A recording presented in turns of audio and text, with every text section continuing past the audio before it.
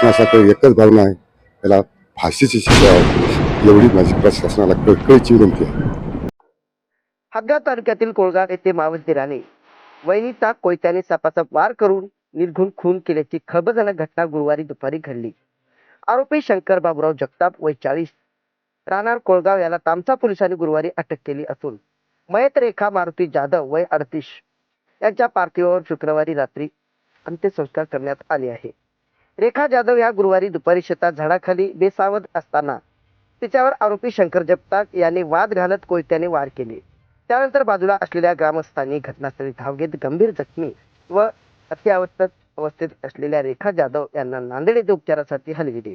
मात्र कोयत्याचा जबर मारामुळे मोठा रक्तस्राव झाल्याने त्याचा मृत्यू झाला आहे. या घटनेनंतर आरोपीला पोलिसांनी ताब्यात घेतले. या प्रकरणी तामसा पोलीस ठाण्यात आज सकाळी गुन्हा दाखल करण्यात आला आहे. पोलीस स्टेशन तामसा हद्दीत ग्राम कोळगाव येथे मारुती विठ्ठलराव जाधव यांची पत्नी रेखाबाई विठ्ठलराव जाधव त्या शेतात काम करत असताना त्यांच्याच गावातील त्यांच्या पतीचा मावस भाऊ हा त्या ठिकाणी आला. शंकर बाबाराव जगताप हा त्या ठिकाणी आला आणि पैशाच्या कारणावरून जुन्या वादावरून त्यांनी फिर्यादीच्या पत्नीला कोयत्याने अमानुष वार केले. त्या कोयत्याच्या वारमध्ये सदरची फिर्यादीची पत्नी ही गंभीर जखमी झाली आणि जखमी अवस्थेत नंतर नातेवाईकांनी तिला दवाखान्यात आणलं आणि उपचारादरम्यान ती मयत झाली.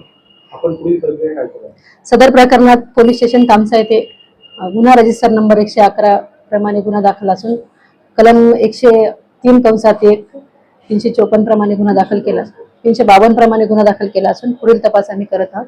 सदर गुन्ह्यातला आरोपी आम्ही सकाळी ताब्यात घेऊन अटक केला आहे.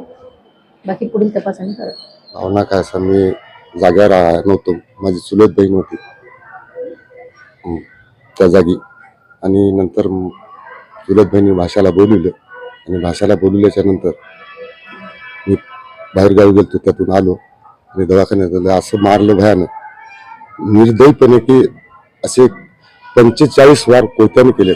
समजा असं कुठलंही कारण नसतावेळी माझ्या विनाकार आरोप माहिती साहेब मॅडमला लावणार 1 लाख रुपये मजा करणार. मीच त्याला ऐकणं बियाणं घ्यायला 20,000 रुपये दिले तरी पण मला मागितले नाही. मी त्याला मावसभाऊ असल्यामुळे काय फरक पडाला, मला लेकरू बाळ नसल्यामुळे मी त्याने खाल्ले काय फरक पडायला म्हणून तरी त्याने अशी निर्दयी हत्या केली.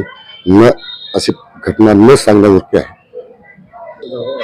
माझ्या प्रश्नासाठी एकच भावना आहे, त्याला फाशीची शिक्षा व्हावी एवढी माझी प्रशासनाला कळकळीची